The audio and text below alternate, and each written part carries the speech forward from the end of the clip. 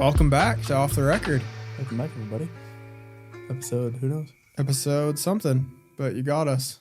And you got us. Tanner for about 5 minutes. Yep, I'll be here for 5 minutes, and then I'm stepping out to let our guest take over my spot. Today is Friday. Today is Friday. We're going to go see Longlegs tonight. Who's excited? I don't want to go. Me. I'm so pumped. I'm very, very stoked. Not Why into aren't you scary. excited? You don't like scary movies, yeah. I love scary movies. It's my favorite. Why is it your favorite? Because my attention span is just not, it's not there anymore. You know, social media, all that. My attention span cannot hang. Admitting so, to it is crazy. Well, A victim. I'm a victim. Victim of the And- TikTok. A victim of monkey videos. Dead scrolling TikTok. You should see my DMs. Tanner is the guy who would prefer to have the, you know how when you're like looking at a TikTok and it's like a a clip from a TV show and then like someone playing like a weird ass game on the side? If that was in movie theaters, Tanner would love that. Yeah, Oh, that's my yeah. thing. Just get something Oh, this is going. great. Just like constant loops of monkey videos as Longlegs is playing. Literally. Split screen. Just sensory overload. yeah, Yeah. you should actually figure that out, though. Yeah. That seems like a bigger problem than the scary I movie. haven't figured out. Scary. Just scary movies. Scary Just- movies are the only thing I can watch because they constantly have something keeping your to attention. Fuel. But are you Yeah. scared? They don't really scare me, but they keep me on the edge of my seat. Keep me excited. You are easily scared though. Or maybe easily surprised. Easily bothered. I don't get scared. I would say jump scares get me, but like I don't go home and think that there's a monster under my bed. Yeah, totally. Yeah. Ah! No, didn't work. No, Damn not it. No. this time. But To that the does. moment. But we do that around the studio. We play games. We scare each other. Little Yeah. things. Wow. Off topic. Good times. Anyway, gonna go see Longlegs tonight. Super stoked about it. It's supposed to be one of the best horror movies of the summer. Of the century. Yeah, I so want to that's see If. Oh. Yeah, that's one of the movies a that big can't miss. keep my attention. Imaginary Friends. Oh, we saw. What did you think of Quiet Place? We saw Quiet Place last week. Didn't see it. You two did. How did you think about it? I wasn't there. Didn't go. Oh wow, I forgot about that. Yeah, you weren't there. I loved it. What did you I thought think? it was of that? good. Yeah, it was good. It's a really good story. Like it's a. The first two are great because John Krasinski is shockingly a great director. I shouldn't say that. That's kind of mean, but I mean, he never directed anything before. So He it's can't. see true. more. and you know what else he directed? If. If. Yeah. So Crazy. you might like it. No, I know I won't. I can tell you right now. I won't. will not like it. Sebastian Maniscalco said he bawled 4 times Wow. in If. That's crazy. Cried hard enough that the tears were hitting his shirt and like making a puddle. Damn, that's crazy. puddle. That's a big cry. Yeah. He said that, it talks Oh, about damn. all Maybe we stages gotta of go. life. Did you see Inside Out 2 yet? No. Ever since we bailed on you guys to go I see just that. can't afford a movie theater ticket. It's like $18. Yeah, you know what? That's a bigger discussion. Why are movie Yeah. theater tickets so expensive? Our tickets crazy. today were $14 each. Yeah. Inflation, man. People say you got to go to the theater. You got to see it how it's supposed to Gotta be seen. support. But I can't afford it. Yeah, I can't. It's too much. greedy. $14 for a ticket, and then the Prime, the what's AMC Plus, Plus, AMC yeah. Prime. That is crazy. I don't know if that's what $20 they a need pop. to pay Jennifer Aniston. Where the hell her Heidi Klum? What's her name? her name is Nicole Kidman. Nicole Yep. Kidman. If that's what they need to pay Nicole Kidman, then get rid of Yeah. her. Time to get It's rid too of her. much.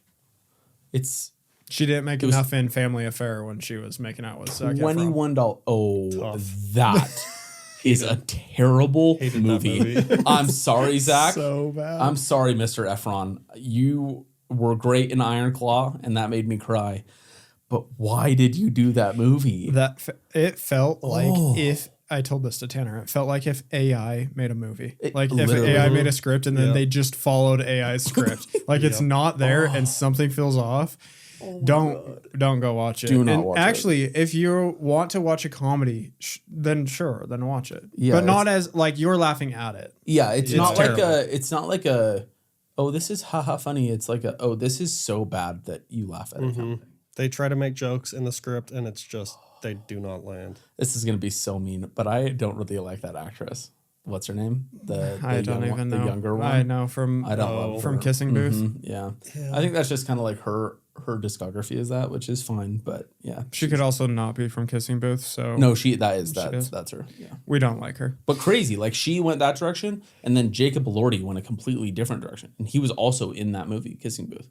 Like, Yeah. Check out our Saltburn. boy Jacob, and so just interesting the different paths you can take. That's a crazy rabbit hole we just went down. But hey, That's Fridays. that's Fridays, man. Fridays around the studio are Friday chill.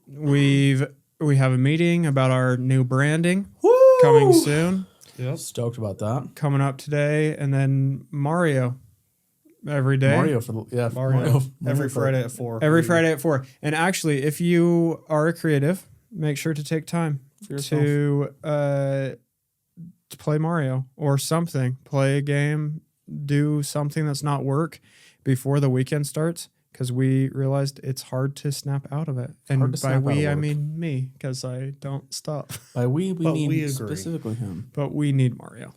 Mario is a key essential part to the studio. So If we didn't have Mario, this place would be to the Shambles. ground by now. yeah, Burnt we'd to all, the we'd ground. all hate each other. Yep. It'd be tough. Communications off. It's So like you're playing with your boys. You just gotta play a little video game.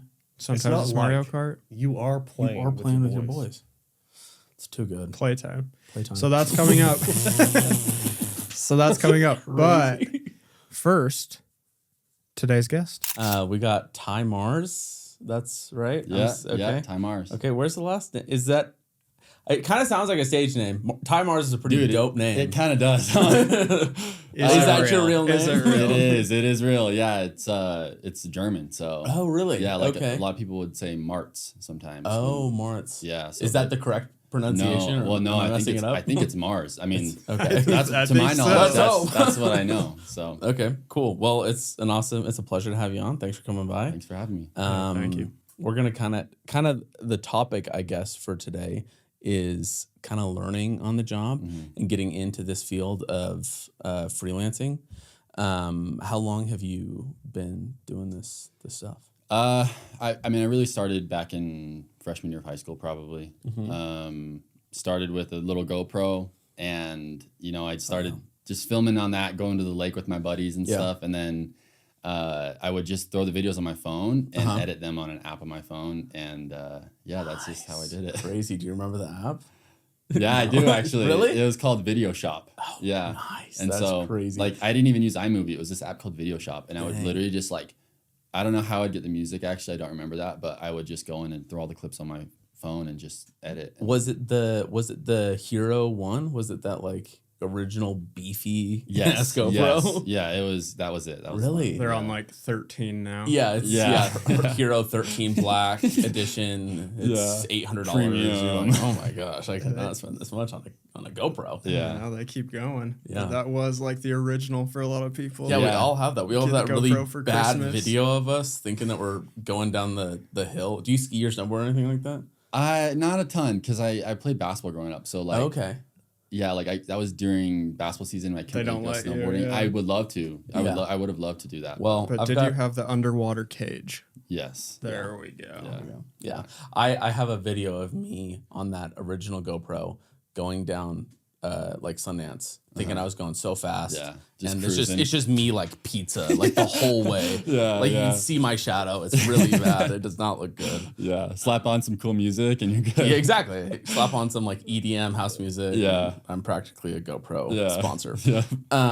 Well, cool. Yeah, I think we kind of want to jump into like where you, instead of kind of going through your whole life story, which I'm sure is very interesting. I think we kind of want to jump into like when you first started getting paid for what you do. I think that's like kind of the catalyst of like where everyone wants to get to. Yeah. So what did that kind of look like for you? Yeah. Oh man, I'm trying to think of like I think my first time getting paid was a wedding, I'm pretty sure. Really? Yeah, like I was like a sophomore, junior in high school. Dang, that's kind of an And- intense gig to be like one of your first ones. Yeah, and like there was just like little moments throughout high school where it was like, okay, like I can make some money doing this.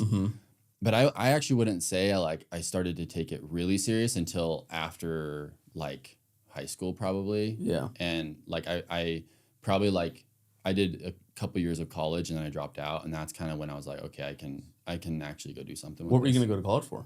I was studying digital cinema. Oh, no sweet. way. Yeah, I was at You're one of the few. at UVU. Yeah, and actually, like, and this is like no shot to people that are still in school, but at the time, I felt like I was learning some good things, but like the network was awesome. Yeah. Going to school, like I totally. had access to so many people that they specialized in different things, Uh-huh. but like at the time, I felt like my portfolio was like far greater. Like it was more significant to grow my portfolio rather than Totally. just be in school and say, hey, I got a degree. Yeah. And at that time I was really grinding and working on so many things. So it was just like I was weighing my options, and I actually switched my major to my business major. Oh, And- really? Okay. And because then I was like, okay, maybe I can get a background in business and keep working my portfolio. But then it just felt like I was forcing it. So I ended up dropping out, and I just kept going with it. So Did you go to UVU? yeah. A couple of years. Yeah. That's Yeah. like almost. Well, That's so almost I there. actually went to a JUCO first because I played Oh, college dang. basketball at a JUCO Sweet. right out of high school, and I was actually doing some filming stuff during that, but it was like kind of hard because I was in season.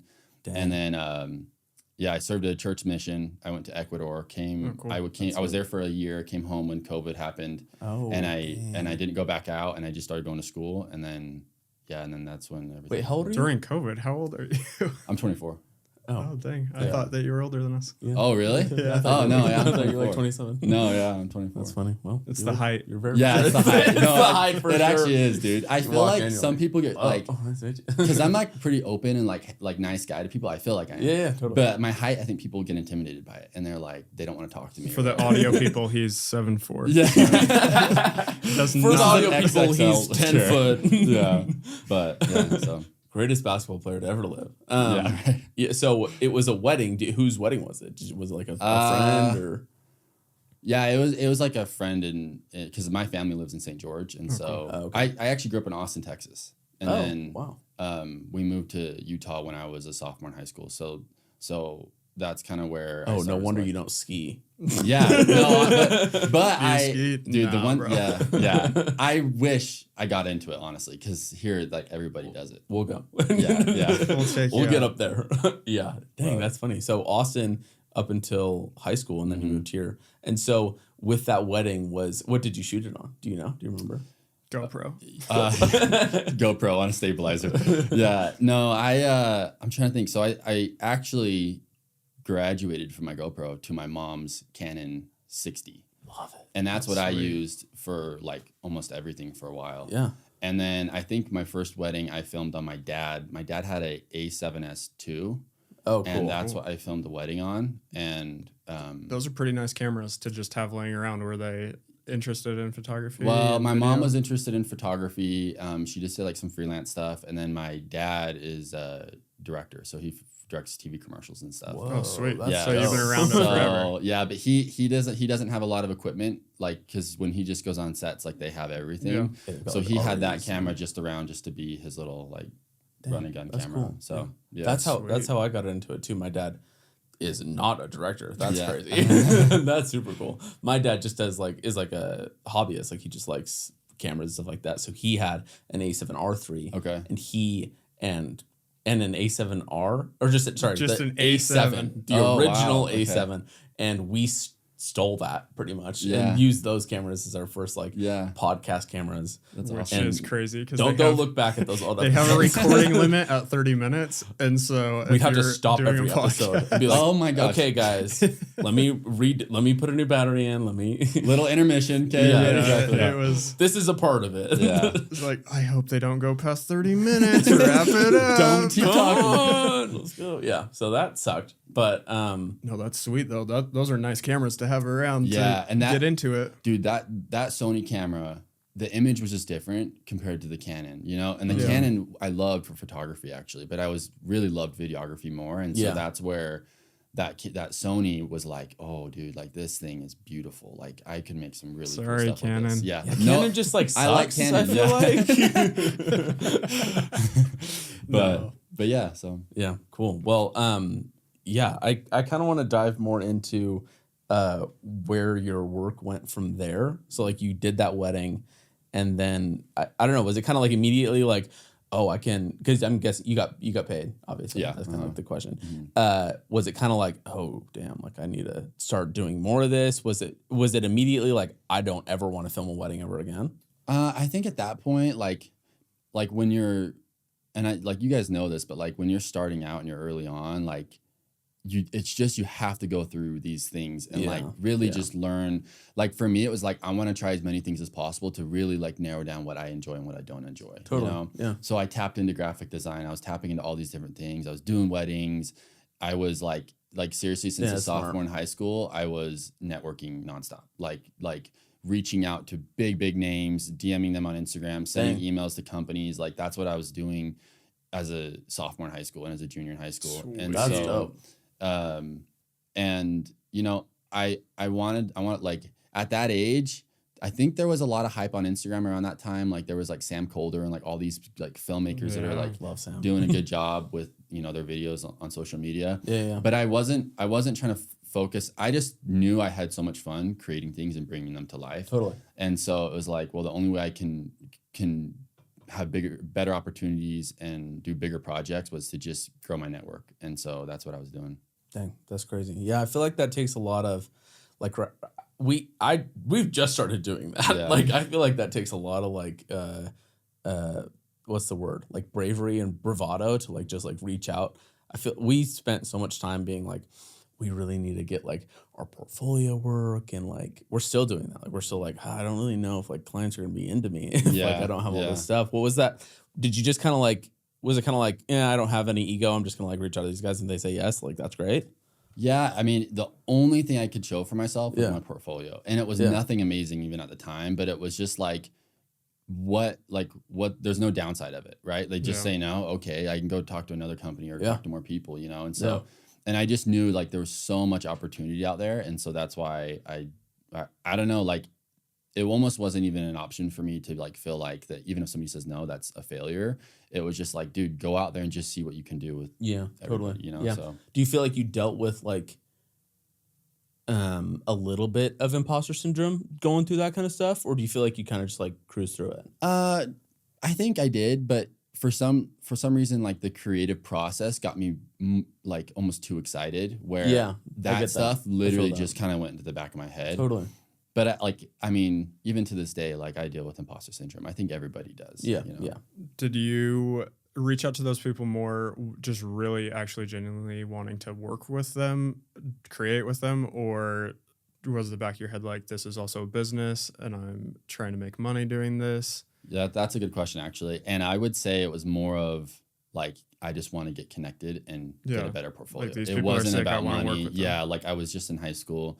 And even like after high school, when I started like really going harder with this, it really wasn't about money. It was just like, hey, I want opportunities and I want to work with people. So. Yeah. Willing to work for free. Do you think that helped you like build that portfolio and not have ego like, well, I'm not getting paid, so I'm not going to show up and do these opportunities? Yeah. And it also like allowed trial and error for me to like learn, right? Yeah.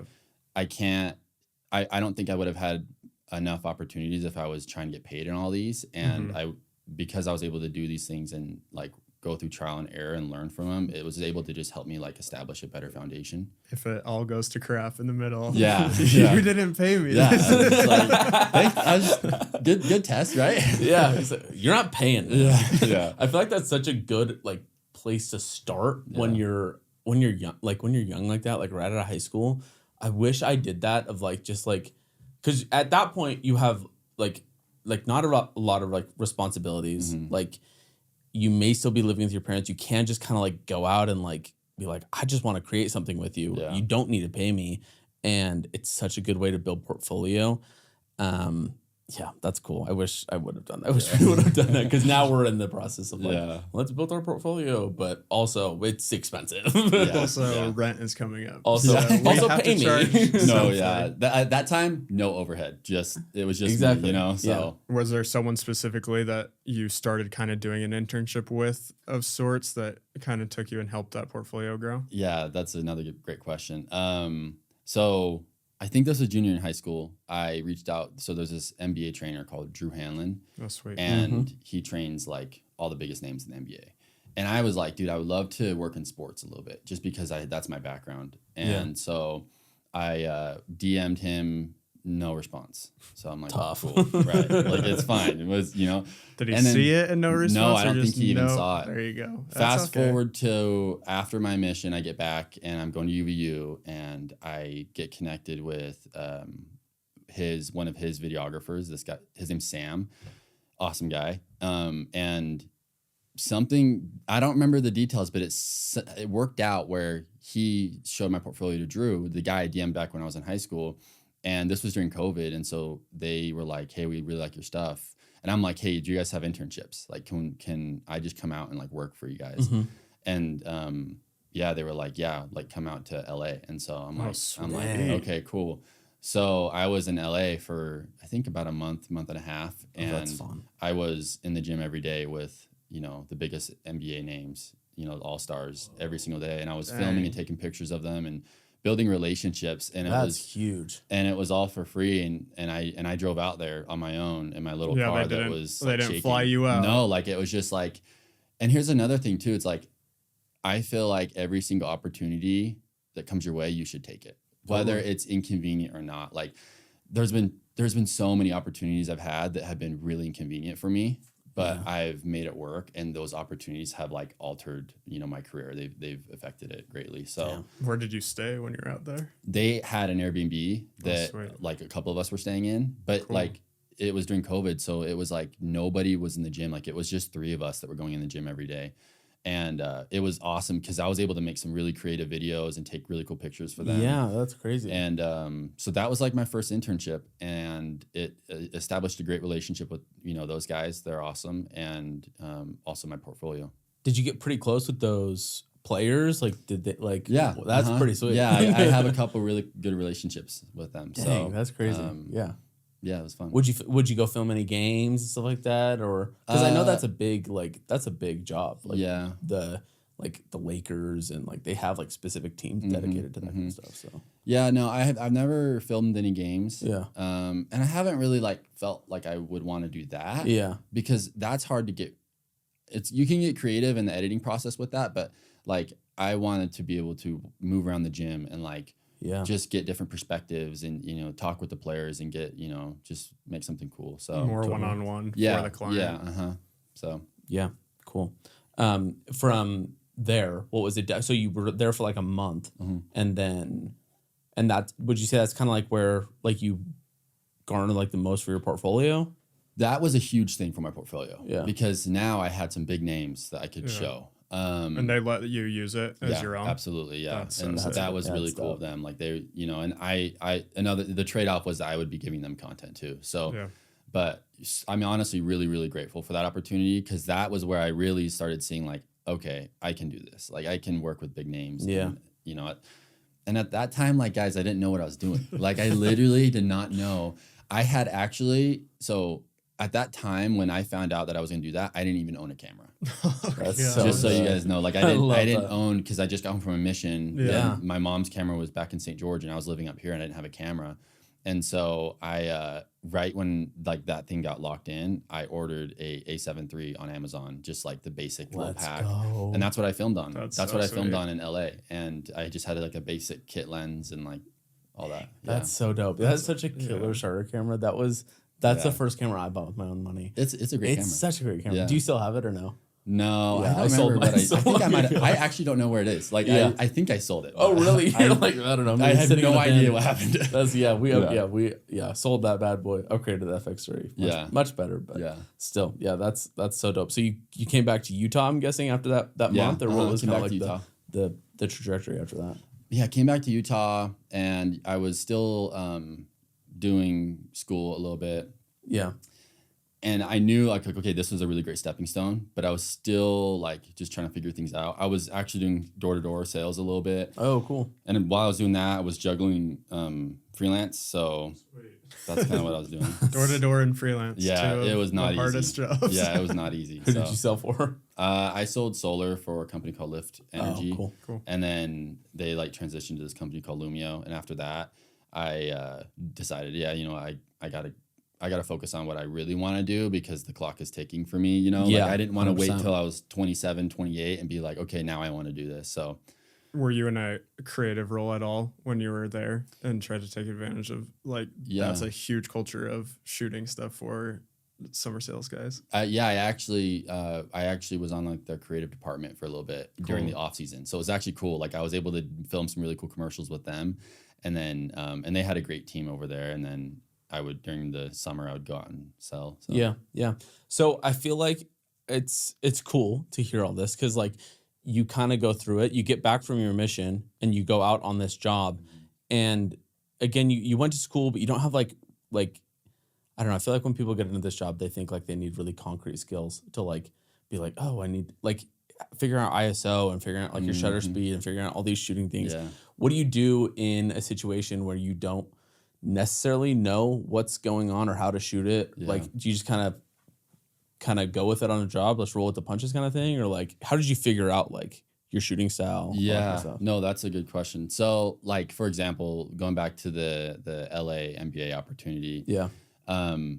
I didn't have a camera. I had like no money. I'm pretty sure my dad Venmo'd me some money to buy that camera. And I'm super grateful for my parents. You know, they play a huge role in that support for me 100%, to like, yeah. you know, go tackle these opportunities. But like I remember researching on my phone, like, okay, because I always had an eye for it, but I did not know the technical side of a camera. Like I really didn't. I was just like, okay, does this look good? Yeah, okay, buttons clicking, you know. And so I was like trying to research aperture and ISO and just like, it's weird because I was making some like pretty cool stuff at that time, but I really didn't know enough about a camera. And so I was just trying to like educate myself better, just so that when I like, preparation is important, you know, like I wasn't just going to go into this and be like, okay, like I'm going to see what I can do. Yeah. I wanted to prepare as much as possible, but also don't be fearful of, you know, the things I don't know. So Totally. Yeah. Yeah. And because, I feel like that like technical side can get so like kind of lost in the weeds because it's not that it's not important, but really it's like the eye for it. Yeah. And it's like, as long as you're like, well, that shot does look good. I know it's going to look good in the edit. That is kind of what matters. In your kind of mind, do you feel like the video comes alive when you're making it, or do you feel like it comes alive in the edit? Controversial. Yeah, it is because I think it just depends on like the project and what I'm working on. Because there's times before it was like, okay, I know exactly how I'm going to put this together, and like now I can really just focus on the shoot. Yeah. And there's other times where, you know, like I film everything and it's like, okay, that was really good, but now I got to go back and post and like really start to be like a problem solver and figure this out. Yeah. And so that it's kind of like 6s for me. Yeah. But I would say like a lot of magic does happen in the edit. Yeah, totally. I think so too. Yeah. What do you edit in? So I was, I was like diehard Adobe since I started. Like I was learning After Effects. I was everything. And I know Adobe very well, but I like about a year and a half ago, I was hearing so much about DaVinci and I'm like, okay, I gotta.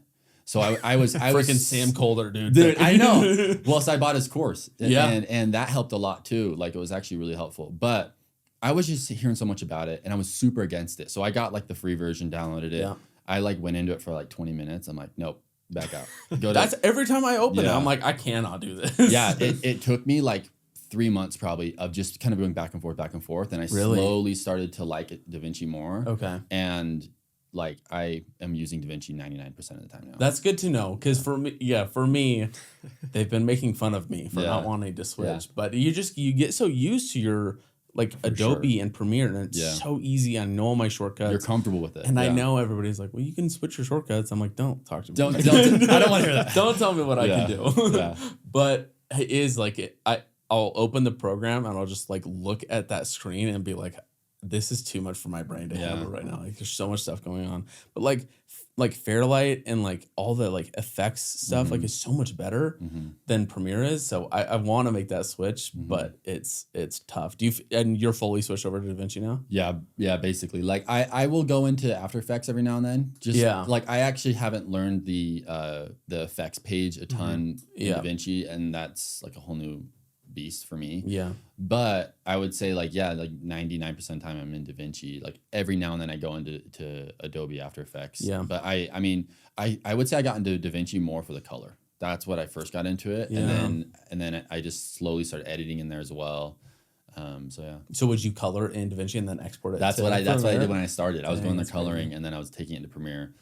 But then I was just like, dude, I might as well. This edit. workflow is crazy. Yeah, yeah. No, Why it's just am I making it doing really this? complicated. Yeah, that we would do that. I used to work on a show at BYU, and we would edit it all in Premiere, and then we would export the XML for the colorist to go into DaVinci, and then he would re-export another XML for us to go into Premiere and like fix it all up. Just back and forth. And I'm like, this is backwards. Yeah. But yeah, you get stuck in your thing. Yeah. Anyway, that's kind of off topic, and a big shout out to Sam Calder. You used his course. Did it work? Was it like, did it help? Yeah. Shout out Sam. There you go.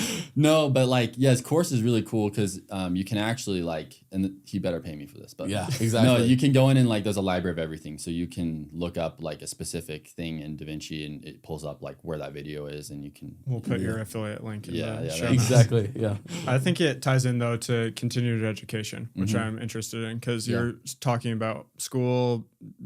The network was okay. The ability to use the gear was probably super nice, but the biggest thing was your portfolio. You were working on that, but just your thoughts on continued education of like, you could have been with Adobe forever and not switched. Yeah. And like, are you continually like looking at courses, videos? What do you do to stay on top of that? I would say just staying curious. Like as a creator, that's super important. And like, I feel like staying curious is going to only help me develop more as a filmmaker, as a creator, and, you know, like grow my game. Like I don't want to stay the same and have the same look forever. Like I do want it to evolve and just change. And like, that's the whole point of being I did a creative. deep dive on you last night in preparation, and I just went to the beginning and went through and like Super 8, super big time in Super 8. Yeah, I want to Super hear 8. about, and then like it's just evolved. It seems like the consistent thing through though is the ability to tell a story. Have you always been able to tell a story, tell a good story? I don't feel like I'm a good storyteller. I don't Crazy, feel like man. that. But Really? Yeah. Very Oh, good. wow. Yeah, I feel Very like humble. I feel like I lack a lot of storytelling, and that's something I'm like, I got to get better at storytelling, like putting together a story. Yeah. But I feel like that is kind of like the hardest part of our jobs because I don't know, accurately capturing someone's story through media is such like a hard task. But if you do it correctly, it's like really, really good. And crazy to hear that you don't think you're good at it because I think you're really It's good. our mission appreciate that. statement. It's Yeah. why we exist is that storytelling through media. yeah, And that's very true. you do a great job. Thank so, you. Appreciate no, that. it was very cool to see. But I want to know what was why Super 8? Why so hard into it? Oh man, I don't know why Super 8. I'm unfamiliar. What? Explain to the audience and myself. Did you shoot with Super 8 for a long time or? I would like. You know, my dad had a Super 8 camera just sitting around, So and so I was just like, I had seen some stuff on it. There was the movie called Super 8. I don't know if you guys Love ever that, saw of that. course. And so like I was always curious on shooting film, and so I found I forgot the name of there's a company out in California. I think it's like Pro 8. I don't know. I think that's the name of the company, but you can order film from them. They send it to you, and then you can film on it, and then you can ship it back, and then they Develop it. So it. you were Oh, actually cool. shooting Super 8. Yeah, I was actually shooting on a Super 8 Whoa. camera, and so I was having to learn like all of that stuff That's on tough. the Super 8 camera. Yeah, and it is like it's kind of a shot in the dark because you could be filming and like not know what there's the image. an app that you That's can technically super hard. Yeah. So like that's like awesome. me and my buddies, we were living in a house in Orem, and like we would just mess around, and I had my Super 8 camera, and we were just filming stuff on it. And, Damn, that's dope. And so there's been Yeah, a that's couple fun. times where I've messed around with it, and it is way fun to shoot Super 8. Yeah. I love it. Yeah, we want to get a Super 8. We actually We have have a one. Super 8 camera. We have one. Just Does it work? Yeah, it works. We had like corrupted film though. Okay. And so I yeah. shot it, and then it's so expensive. It is to expensive. do it, Yeah. and you really got to invest in like It is so this could expensive. all be This is the look I'm going for, and it could Garbage. be bad. Yeah. yeah. But when you're with your friends and shooting it, and it's for fun and the memory, then you guys know the feeling there. Yeah. And so Yeah. it's not really for exactly the correct exposure Yep. and all that stuff. I wanted to ask about like normally in this field, you get hired, you do the job, you get fired. Yeah. It's like always this get hired, get fired, get hired, get fired. I've seen with your work, you've been able to consistently stay with a client for a certain amount of time. Some of them, it looks like it's been years. What was the importance? Like, did you do that on purpose with intention of, I'm going to stick with people, or? No, I would say it's never been really intentional to stick with somebody. Yeah.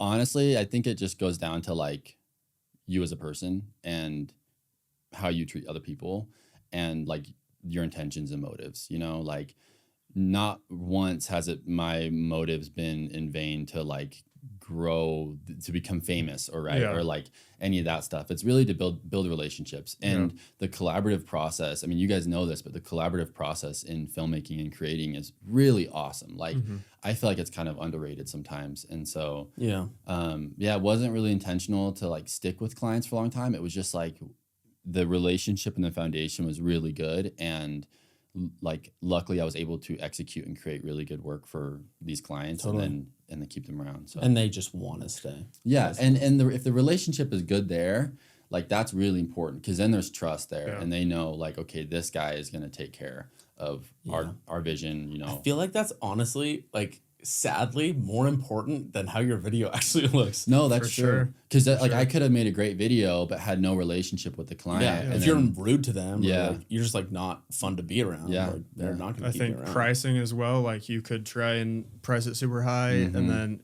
great, you pulled it off. You did good. But if it's at the beginning, I want this relationship with you, and I'm actually invested in what you're doing, and I want to tell this story. Yeah. Just for the viewers, can you share a couple of those clients that you've just stuck with?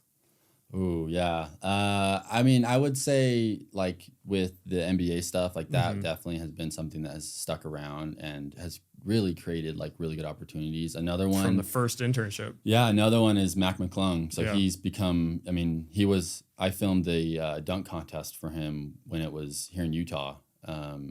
Did you reach out to him or? No, that was word of mouth. It was actually a couple people that they kind of were like, because Mac's agent said, hey, we want a guy in Utah that can kind of document this whole thing. Dang, that's dope. And your portfolio was basketball players. It was basketball players. And and that's another thing too. I didn't want to be strictly basketball. So I did try to keep my portfolio other stuff. Yeah. But I had a bunch of people that were in contact with Mac's agent and they were like, time ours.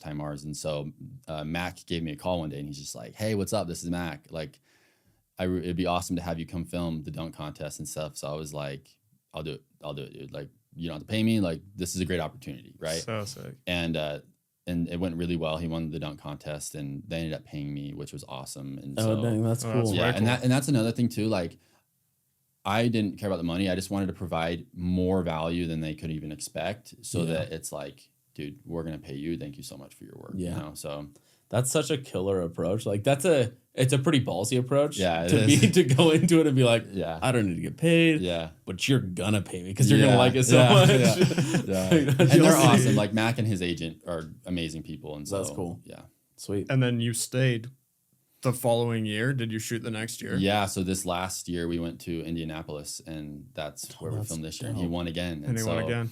And so like that's been a great relationship. And since then we've worked on other projects with each other with other companies. Dang. So that's been a really great. I just think it's a cool story Great of relationship. You didn't know that he was gonna win.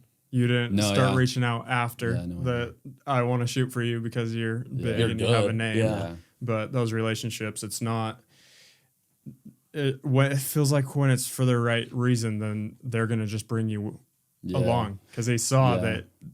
I'm sure people reached out after he won and wanted to take over, and it's like you already did good. Yeah, and I think too, like knowing my value, like me taking that job for free was not like I knew that I could provide enough value that like it would be taken care of, and so. And that opportunity was more than what they could pay me, if that makes sense. So I was like, don't worry about it. Like, let me come in and provide value for you guys and, establish a really good relationship. Yeah, totally. And, like even today, like I'm doing this professionally and I am, making money doing it. But there are times where there's an opportunity that I need to say, hey, I'm going to go do this for free and, like sacrifice that. And hopefully it comes out with a good outcome. I don't think the monetary success is always the most valuable thing Yeah, for in this sure. job. Yeah. And that's a big lesson Yeah. to learn Yeah. that you can Yeah. get paid in other ways Yeah. than money. Yeah. And it's Yeah. okay. Yeah. Yeah, I feel like that's a hard pill to swallow because you're like, I'm good at this and like I want to get paid, but you kind of just have to like let go your ego a little bit. And Yeah. be like, this is more important than Yeah. this check I'm about to get or anything like that. And if you love it, it seems like it is It doesn't easier. matter. Yeah. Yeah. Yeah. If you don't love it, then Then that sucks. Yeah. Yeah. I guess that's a pretty good indicator if you're like, well, I'm not getting paid, so I don't want to do it. It's like, Yeah. well, then you might not you want to do should this switch job. your career right now Yeah. if you can't go do something for free and love the process Yeah, of it. exactly. And there, I think it is a little controversial. Like people think like if you do something for free, that client will never pay you. Because I've had the opposite happen, where I've done a lot of stuff for free and it's turned into my biggest paying clients. Yeah. So I think it just varies on how you establish that relationship and Yeah. you know. Totally. I mean, don't go do weddings for free because that's not as Yeah, fun. but that's a But one shooting time. basketball players, for free, you're like, well, this is dope. Yeah. Yeah. So, What is your? This is kind of going back a little bit, but I kind of want to know your like process start to finish. Like, what is like? Do you storyboard? Like, I feel like there's people out there that like really spend a lot of time in prep. People that spend a lot of time in the editing room. People that spend most of their time just shooting. Like, what is your kind of? What's that whole process look like? yeah, when I started, it was just shooting. Like I would just show up and be like, "Hey, like I gotta have an open mind, stay curious, and like look for different perspectives That's and what get we different call it. things." Yeah, and I think as I've gotten older, like I've really tried to prepare more and storyboard and you know script things out and make sure that like there's a good vision beforehand, especially if I really want to start producing more professional work. Do you feel like that storyboarding process is super important now, or do you feel like, or can you kind of like still shoot a good video without it? Yeah, I think you can still. I mean, it doesn't hurt, right? Like, there's an app, I think it's called Milanote, that I've used a lot. That It's great. yeah, yeah, and like that's been especially like for collaborative stuff where it's like, hey, we get some people on there and we can throw in our ideas and inspiration, and we can throw screen grabs in there, and just that helps get the vision together. But there are scenarios where if it's like an event or whatever, you can just kind of run and gun it. Yeah. And obviously have some shots in mind, like okay, I got to make sure I get these things. But Yeah, I mean, prior to this, we were talking about that Jax Films guy or whatever that did the FX3 thing. Like he didn't storyboard that. Yeah, he just it was showed just up in the moment. somewhere Yeah. and like took something and it panned out. Like I feel like there's some happy mediums in there, but Can you tell us a time when learning on the job like went to shit and didn't pan out? there you go. Because you cannot have it always be Set horror stories. working out. okay, so honestly, like I luckily don't have a lot because I've been really careful on who I work with. Yeah. But there has like when this was a wedding I did, guys. This was No, this is Oh, so no, scary. not a so wedding. there was this guy that and this wasn't my wedding I was filming. It was a guy that like was paying me and some other guys to come film It's it. like a second shooter kind of Yeah, thing. kind of a second shooter job. Cool. And and it was down in St. George. So I drive down there and they have these other two kids that were going to live stream it, but also record while they're live streaming the wedding. And then I was on my scares me. camera. I can tell you Already right just now filming. that it's a bad idea. yeah. So I was, doing my job and like, dude, I always just try to be on par, like make sure that I'm prepared and ready to go. So, filming the whole thing, it was like 4 hours, finish the wedding, hand over my SD card, like awesome. Like we're good to go. Okay. I get a phone call later on from this guy and he's like, hey, so these other kids that we're filming, they, none of their footage saved. So the only footage we have is your footage for the wedding. Like Nice. this couple, the only footage they had. Luckily, like I did get a lot of shots of everything. Yeah. So they have something from their wedding, but we had like 4 or 5 cameras at this wedding. and it's so only you. yeah, so nothing saved for them. And he's like, I can't pay you because they're not paying me. And I'm like, well, I did my job and I drove all the way down to St. George. So I feel like, dude, that's not my problem. yeah, I'm like, dude, I'm sorry. Like I did what I was supposed to. And so he said, I can either pay you or I can give you some equipment. And I'm like, okay, what equipment? And so he so he gave me like this, I don't know how to pronounce it, like the ZHN stabilizer or something. ZUN. Oh, is it? Yeah. I don't know, but yeah. he gave me this like pretty nice stabilizer, and I'm like, all right, I'll take it. There And you then I go. left. Yeah. Yeah. So that was a pretty Dang. bad one. I'm like, okay, I'm never doing something like that again. I'm So, never doing a wedding ever Yeah. again. Sign Yeah. contracts before you start. Dang. Yeah, That's yeah. See, that's another tough. thing too. It's like as I've gotten older, like there's almost contracts with everything. Yep. Not to intimidate. It's just it protects me and it protects the whoever I'm working with. I feel like we all have those like stories of like not getting that contract signed and then a client backing out, and you're like, okay, well, I just did all this work, and now you're done. Like, I don't know. Get contract signed. Shout out Honeybug. Yeah, I think it just lets you, each of those opportunities for sure, just lets you say, okay, well, now I sign contracts. I've learned. And I learned. And if you can't figure those lessons out, then good luck. Because it's going to happen at some point. Yeah, for sure. Any tips for people on like, I don't know, what they can do to not mess things up? I would say do everything with like stupid confidence. Even if you actually don't really know what you're doing, just be confident. If you have somebody you're working with and they see that you are like unsure or not confident in something, they're not going to trust you. So that's not their problem. That's your problem. And you gotta be okay with not knowing everything. Because literally everything I've ever done, I have not known what I was doing. Like shooting NBA players, like I didn't really understand the basics of a camera, but I didn't know the menu system. Exactly. Like it was just figuring out as I go and being confident and being okay with not knowing everything. What does HVAC S4K mean? Dude, YouTube. Yeah, seriously. I would be like on a set and be like, okay, which setting? Yeah. So that's really important. And just do things with confidence, and don't be the guy that says, "Oh, we'll figure it out in post," because that's usually not gonna work out. Yeah. But yeah, make sure you're just prepared and you're confident. We did this job, this like comedy show where we'd never done anything like that before. But we just this guy beginning of like really beginning 98. Like, probably like maybe a few months in. This guy texts us. His name is Joe Zimmerman. He's actually like a pretty big comedian, and he was playing at this like Nice Guys Comedy Club up in Wise Guys. Wise Guys Comedy Club, and we show up with the A7, the A7R3, and then at the time I had the A7 III, and I showed up with the Roadcaster, which is not even that one, the first one that had all settings for a podcast on it. And the place didn't have the ability to record anything from their like audio interface. Okay. So Zach had to switch all the live microphone, like everything on the spot to the Roadcaster from like this ancient, like it was like this big of a mixer. Like it was giant. They had their whole setup. So you walk in and you have 45 minutes to just like, set up a PA system, set up the mic system, make sure the mic is recording and that you're not getting an echo. There was a minute. I'll get to that, but my favorite part, I'm going to burn you first, is that Jack is standing. So people pay to go in there. They're on the back row and it's like the wall is on the back and the people are sitting right there.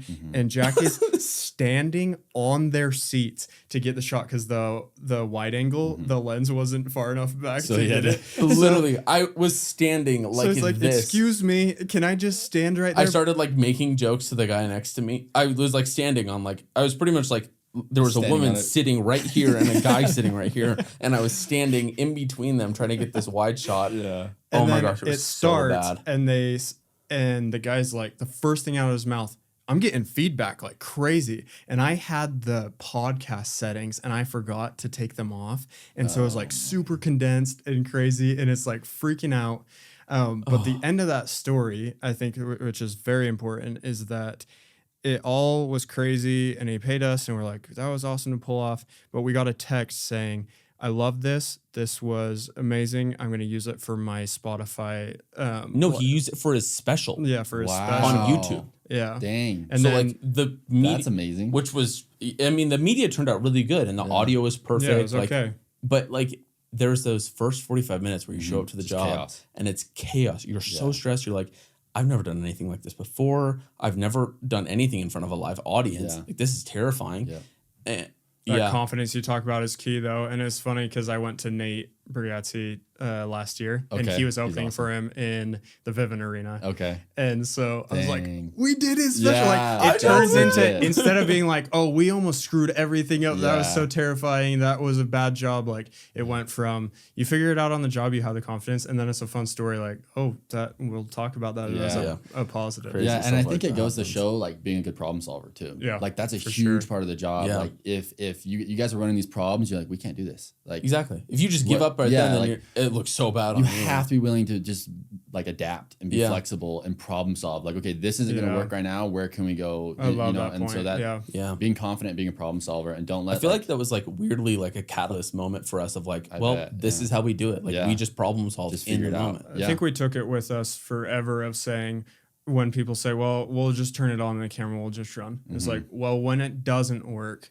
within Yeah. 5, 10, 20 minutes, we're professional because we will fix that yeah, problem. yeah, And I think not enough people realize like it is as easy as just setting up and going. Yeah, But yeah. that When something problem goes solving, wrong, then Yeah. hopefully are you you're a ready to good problem solver. YouTube Yeah. quick? yeah, yeah. Yeah. Crazy. Sure. No, Cool. I love it. Well, thank you. Yeah. Thank you for coming Where on. can people find you?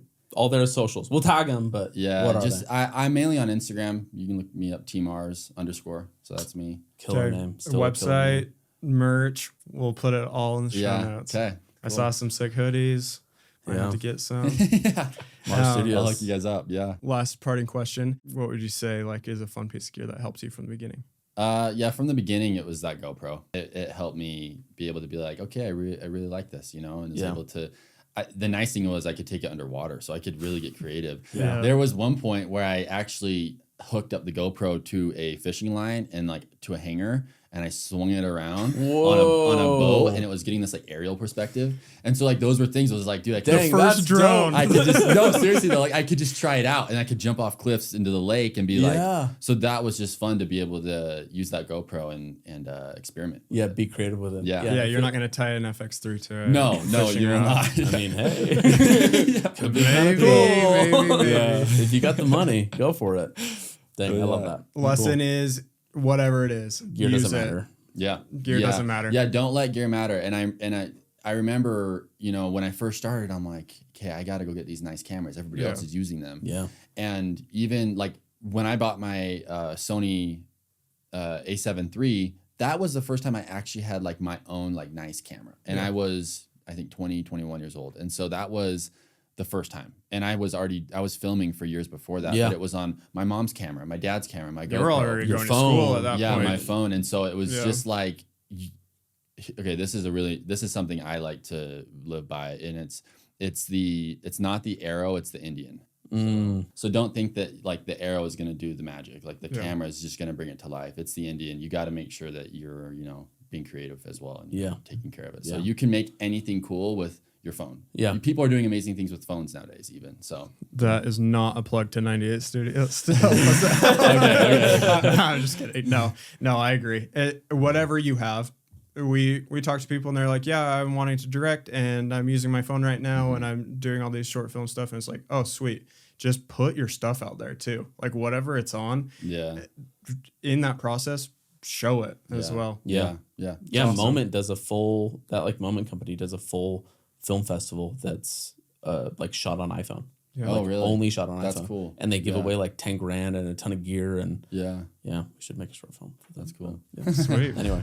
Awesome. Look forward to what else you're going to put out. Yeah. Thanks. Thanks, Ty. Excited. Thanks for Thank having you. me. Okay. Yep, Peace. take care.